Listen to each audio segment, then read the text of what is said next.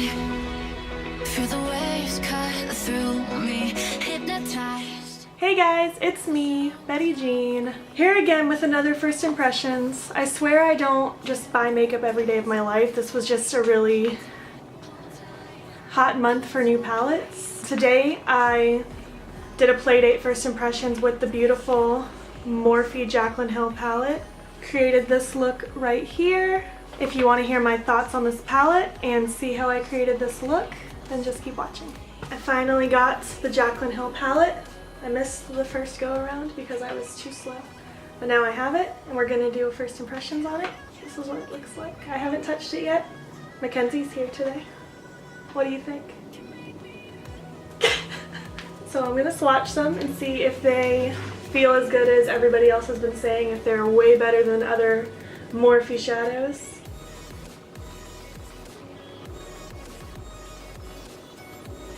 They're so crazy pigmented. This gold is just insane. It's so shiny.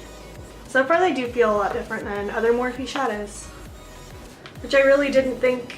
It's not that I didn't think they wouldn't be different, it's just hard to imagine that a company would release a new palette with a totally different formula. I'm gonna touch some of the mattes now.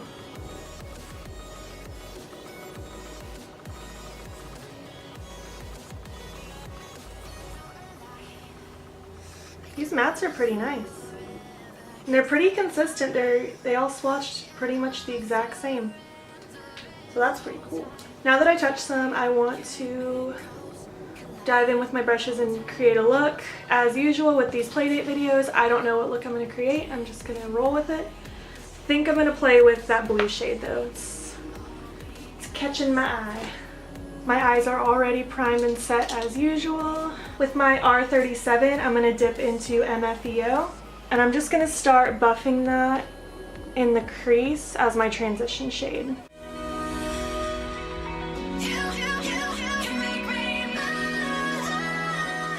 With my M518, I'm going to dip into Pooter. And I'm just going to do the same thing, blending it into the crease, just focusing it a little bit lower. And I also want to angle my brush upwards like this so that I don't get too much on the lid.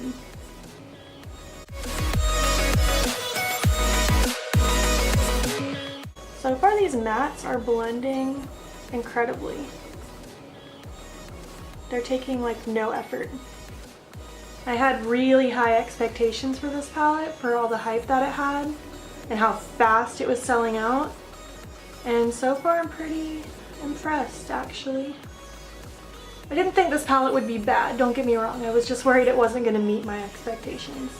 With my M441, I'm going to dip into Buns and do pretty much the exact same thing I just did, just trying to focus it a little bit lower and nice and precise with it. I just want to keep deepening the crease.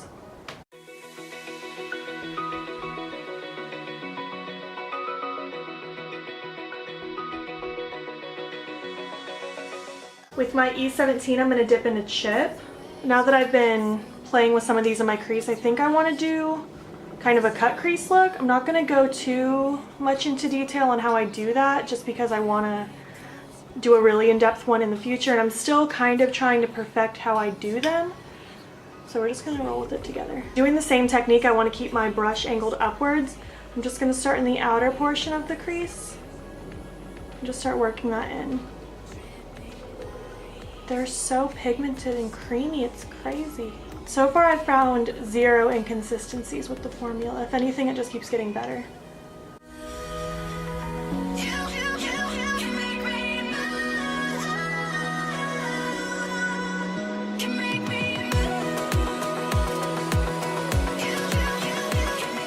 With my M506, I'm going to dip into Soda Pop, and very precisely I'm just going to add that into the crease, focusing it on the outer half. And then once I have next to no product left on the brush, that's when I'll start dragging it towards the inside.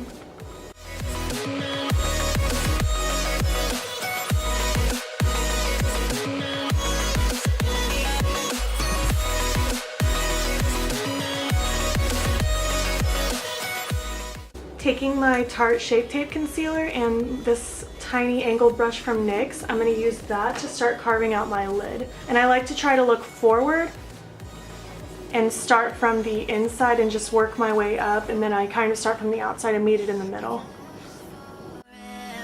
Stop in time.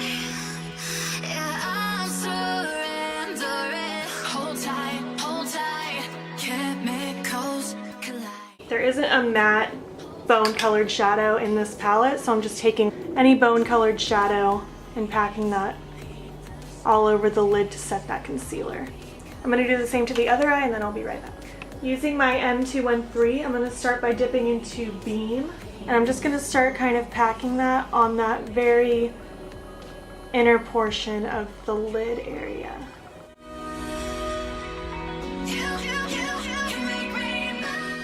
Next, with this Wet n Wild small eyeshadow brush, I'm going to dip into Pool Party, and I'm going to stamp that on the middle of the lid. Oh my gosh, this shade is so pretty.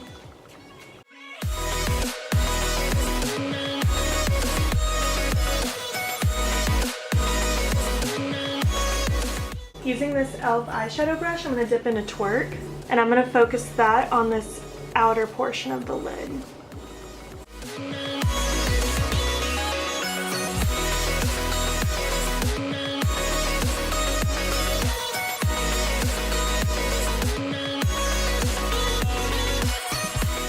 Taking Pool Party again on that Wet n Wild brush, I'm just going to lightly pounce over that in-between area where the Twerk and Pool Party were meeting. While I work on blending the inner part of the eye, I'm just going to take some translucent powder on my E47 brush and just kind of stamp that along the outside just to clean up that blue a little bit more. I'm just going to let that sit while I do the inner portion. So I'm going to take a little bit more of Beam on a bigger eyeshadow brush. And I'm just going to start working that into Pool Party.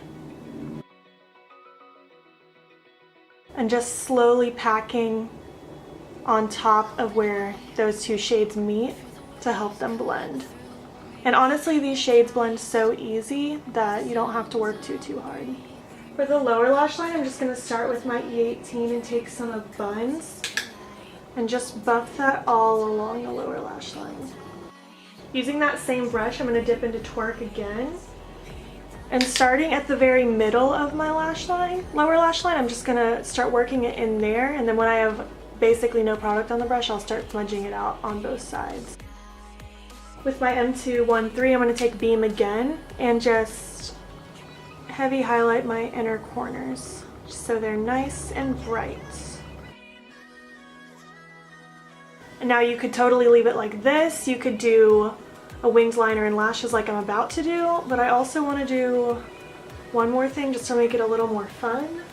I'm going to take some of the Stila Magnificent Metals glitter eyeshadow and into the blue, and I'm just going to focus that right on the middle of the lower lash line. And then when I have a lot less product, I'm going to start dragging it down. I want to do kind of a glitter tear effect with this look. I think it would be super cool. Really isn't any precise kind of way to do this. Just kind of want to be sporadic about it. Have the heaviest amount of it right at the lower lash line, and then it slowly fade downwards.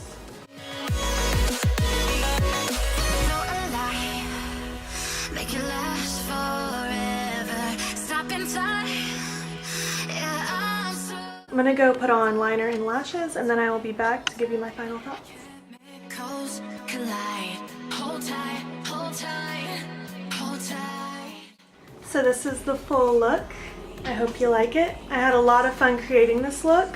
I think this palette's wonderful. The looks that you could create are endless. Everything blended amazingly. It's worth the hype, 100%. Try to snag it while you can, is all I have to say. That's all I got for you this time. If you liked it, give me a thumbs up. Please subscribe if you haven't already, and I will see you in the next video. Okay, bye. Ah, spider! Mackenzie, kill it. Oh my god! It's probably not even that big. Where's that? It's next to my camera. I can't even. Are you? Absolutely. Can you kill it, please? I'm not killing it, but I'll get it out.